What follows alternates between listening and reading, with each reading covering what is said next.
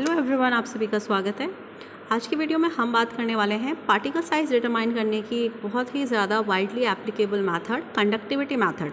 Conductivity method में इस्तेमाल किया जाता है कोल्टर काउंटर एपरेटस। तो इस वीडियो में हम लोग डिस्कस करेंगे कि हमारा कोल्टर काउंटर एपरेटस कैसे डिज़ाइन किया जाता है, कैसे उससे आप अपने पार्टिकल का साइज डिटरमाइन कर सकते हैं, एप्लीकेशन एंड इसके क्या एडवांटेजेस एंड डिसएडवांटेजेस हैं। तो चलिए वीडियो को शुरू करते हैं। कंडक्टिविटी मेथड एक ऐसी मेथड है जिसकी मदद से आप फार्मास्यूटिकल्स में जो पाउडर्स आते हैं उनके पार्टिकल के साइज़ को डिटरमाइन कर सकते हैं। पार्टिकल का साइज़ यहाँ पर हम लोग एक्सप्रेस करते हैं as volume diameter. Volume diameter को हम कैसे डिफाइन करें? वॉल्यूम डायामीटर आपके स्फेयर का वो डायामीटर है जिसका वॉल्यूम आपके एसिमेट्रिकल पार्टिकल के वॉल्यूम के बराबर ही होता है।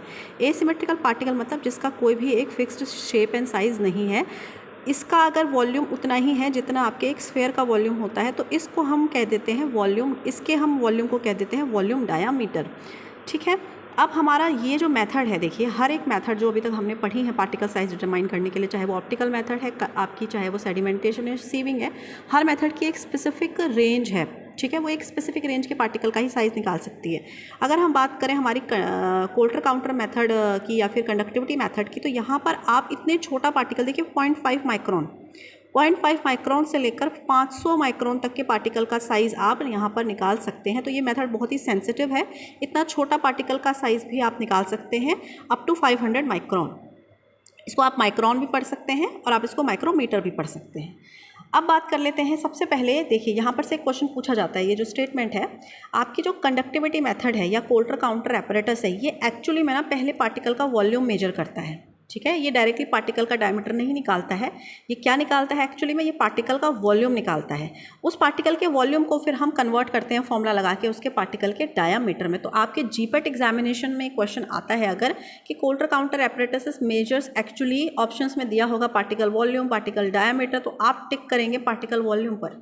एक्चुअली में वो ये मेजर करता है, फिर हम उसे कन्वर्ट करते हैं उसके डायामीटर में। ठीक, अब बात कर लेते हैं एप्लीकेशन ऑफ दिस मेथड। तो ये बच्चों, इस मेथड का इस्तेमाल हम पार्टिकल साइज़ निकाल के हम करेंगे क्या? पार्टिकल साइज़ निकालने के बाद हम पार्टिकल्स की ग्रोथ को देख सकते हैं। हमारा जो सस्पेंशन है, because it is a liquid biphasic liquid dosage form, तो इस सस्पेंशंस में और सोल्यूशंस में क्या होता है, वाटर होने की वजह से माइक्रोबियल ग्रोथ के चांसेस बहुत ज़्यादा होते हैं। तो आप इसमें पार्टिकल की ग्रोथ को देख सकते हैं, यू कैन विजुलाइज। उसके बाद सेकेंड है आपका एप्लीकेशन, आप किसी भी माइक्रो ऑर्गेनिज्म पर एंटीबैक्टीरियल एजेंट के असर को भी जाँच सकते हैं कि वो कितना अच्छा असर कर रहा है।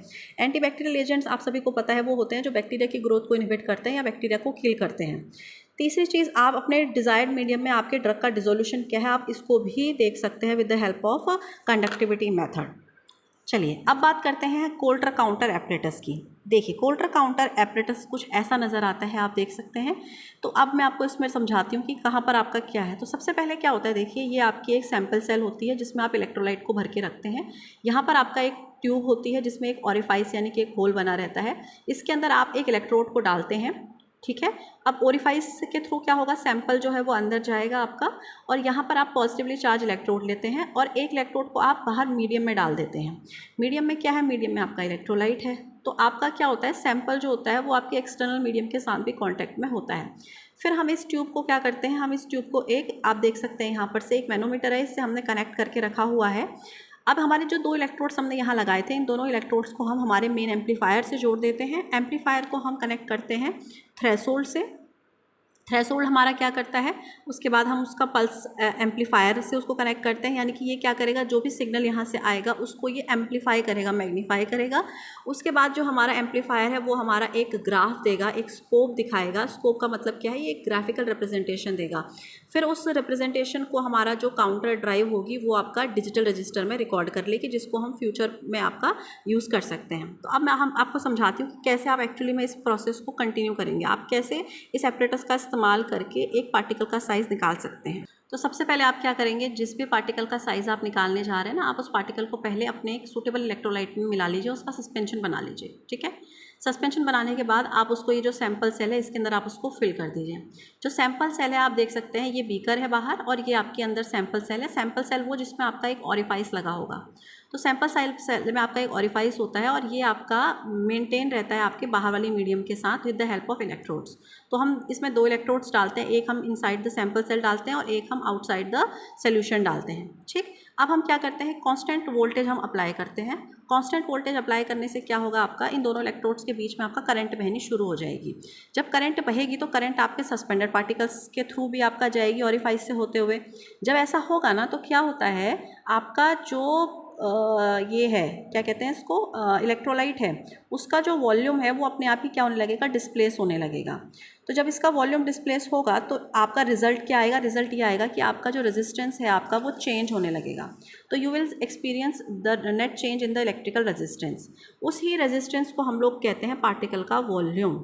ठीक है, तो जो आपके इलेक्ट्रोलाइट के वॉल्यूम में चेंज आया, उस इलेक्ट्रोलाइट के वॉल्यूम में चेंज आने से इलेक्ट्रिकल रेजिस्टेंस चेंज होगा। उस इलेक्ट्रिकल रेजिस्टेंस के चेंज को ही हम लोग एक्सप्रेस करते हैं पार्टिकल वॉल्यूम। फिर जो पार्टिकल वॉल्यूम हमारा निकल के आया उसको ही हम क्या कर रहे हैं, वो जो वोल्टेज हमारा, जिस वोल्टेज पर ये सब हुआ है, उस वोल्टेज को हम एम्पलीफाई करते हैं, बढ़ाते हैं through the help of amplifier, और उसको हम फीड कराते हैं हमारे जो हमारा पल्स हाइट एनालाइजर है उसके अंदर या फिर स्कोप के अंदर। जो हमारे एनालाइजर होते हैं हम उसको पहले से कैलिब्रेट करके रखते हैं डिफरेंट पार्टिकल साइज के साथ। किसी एक पार्टिकल थ्रेशोल्ड वैल्यू के लिए पल्स इलेक्ट्रॉनिकली काउंटेड होती हैं। थ्रेशोल्ड वैल्यू को चेंज करके आप number of particle of each size range को भी आप ऑब्टेन कर सकते हैं। अब बात कर लेते हैं कोल्टर काउंटर एपरेटस का इस्तेमाल आप क्या कहाँ करते हैं। आपको पता है पार्टिकल साइज डिटरमाइन करने के लिए, पर इसके क्या क्या फ़ायदे हैं, why we use this method only. तो पहला फ़ायदा इसका ये है कि इससे आप करीबन 4000 पार्टिकल्स पर सेकेंड काउंट कर सकते हैं। देखिए बहुत ही ज़्यादा सेंसिटिव, बहुत ही ज़्यादा फास्ट मैथड है। यहाँ पर दूसरी चीज़, यहाँ